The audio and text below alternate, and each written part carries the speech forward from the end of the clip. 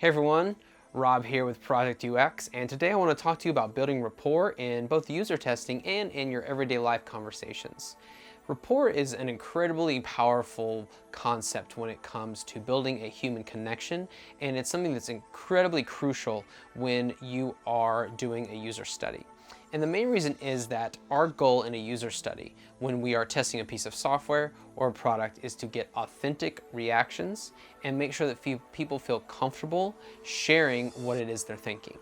And someone is not going to feel comfortable sharing whatever it is that it's on their mind and being truthful and honest if they do not feel comfortable with you. This is true in real life as well, in normal conversation. And the same skills that we utilize in a user testing scenario really can play quite well in normal everyday conversations, whether you're at school, at work, out trying to make friends, networking, whatever it is. So, what is the best way to start? The first thing is to be friendly and greet someone with a smile.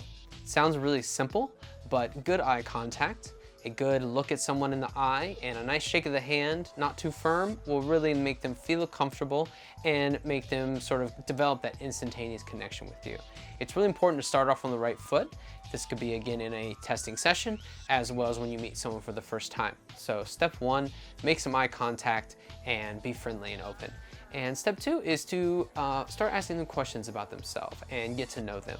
People in general like to be asked about themselves. So asking questions, what do you do? What are you passionate about? What are you interested in? It's a really great way to build that rapport and start the conversation in a way that makes things flow really naturally. When you're doing a user study, it can sometimes feel like an unnatural setting. You know, you've got cameras on the person, they're using a piece of software or product they've never seen before, there's sometimes multiple people in the room, so they may feel a little bit like they're under a microscope. And it's very important to put them at ease and really hammer home the fact that we are studying the software or the product. We're not studying you.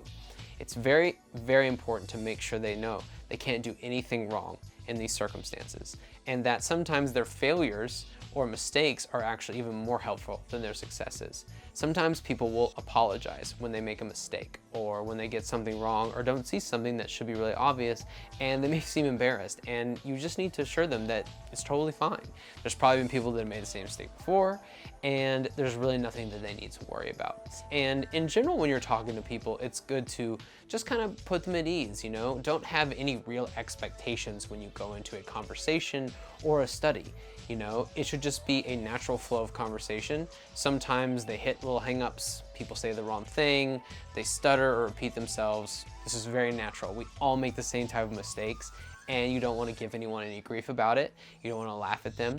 Only if they laugh at themselves, you know, you can laugh along with them. That's totally fine. Sometimes humor naturally arises, and humor can be a really great icebreaker. Feel free to use that to your advantage when you're building rapport with someone. Telling jokes, making them feel at ease. Laughter is a really good way to sort of put someone's mind to rest and have them not really get too worried about the situation they find themselves in. Humor is kind of a universal truth, and we all love to laugh. It's the best medicine, and that sounds like a cliche, but it's actually really true. Someone who is naturally funny and has wit can make light of themselves, but also different situations. It's a great skill to have, and I really recommend using it when the situation arises. Don't force your humor in there, don't be overly self-deprecating, and definitely don't make fun of someone else directly. That isn't really the type of humor that builds strong relationships. And in the end, when you're building rapport, your goal is to build a relationship, build a human connection, and it's incredibly important to do when you're studying something because, again, we want their honest feedback. And if someone doesn't feel comfortable with you, they're not going to share what it is they're really thinking. You know, we use this concept of thinking out loud and having them reveal their inner dialogue, and sometimes that can be a little embarrassing. Someone may not feel like they want to share the thought process that they had going on because they may feel like they made a mistake. But again, if you just kind of put them at ease and say that that's really what we want and that that's what we're looking for, they'll really be there to kind of help you along with that. And it's important when you build rapport This is more in a testing scenario, not in the real world, but to try and remain as neutral as possible.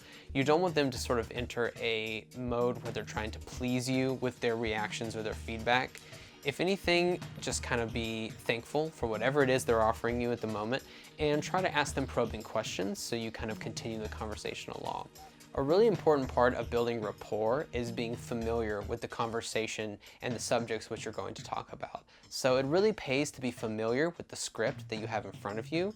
You're going to have certain questions that are very much set and you're always going to be asking, but you need to be able to be, improvisational and flexible depending on the topics and the things that they say. Because if you're very rigid and you just ask the same question over and over again without sort of adding your own kind of flavor and making this feel like a two-way conversation, they're going to get probably kind of bored, or they're not really going to feel engaged. This can of course be true in a real life setting as well. If you just ask the same questions, oh, hey, what brings you here? What do you do for a living? And you don't really have good follow-up questions and sort of thoughts and feedback that can go along with those, you're gonna run out of topics pretty quickly.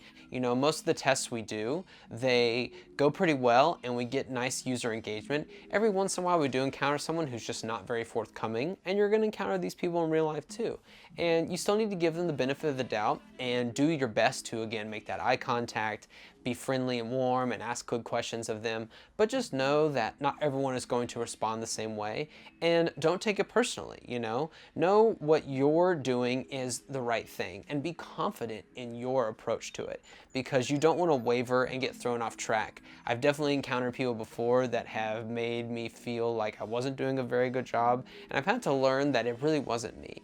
And this is true in real life as well. This could be talking to girls, trying to make new friends, or meeting business contacts. Sometimes you just hit some dead ends and it's perfectly natural. Use those for building blocks to think about how you can approach it differently the next time. So that's it for today. Hope you enjoyed the video. Get out there and try these techniques and bring them to your next networking event or your next user study. This is the type of thing that builds great user feedback that you can really use to make the most powerful recommendations for the software or the products that we're testing. That's what we do here at ProjectUX, and we look forward to doing a lot more this summer. We've got some great things in store for you, so stay tuned and subscribe to our channel, and let us know what you think of the video in the comments below. We'll be back soon with more UX content coming your way. Thanks for watching. Peace.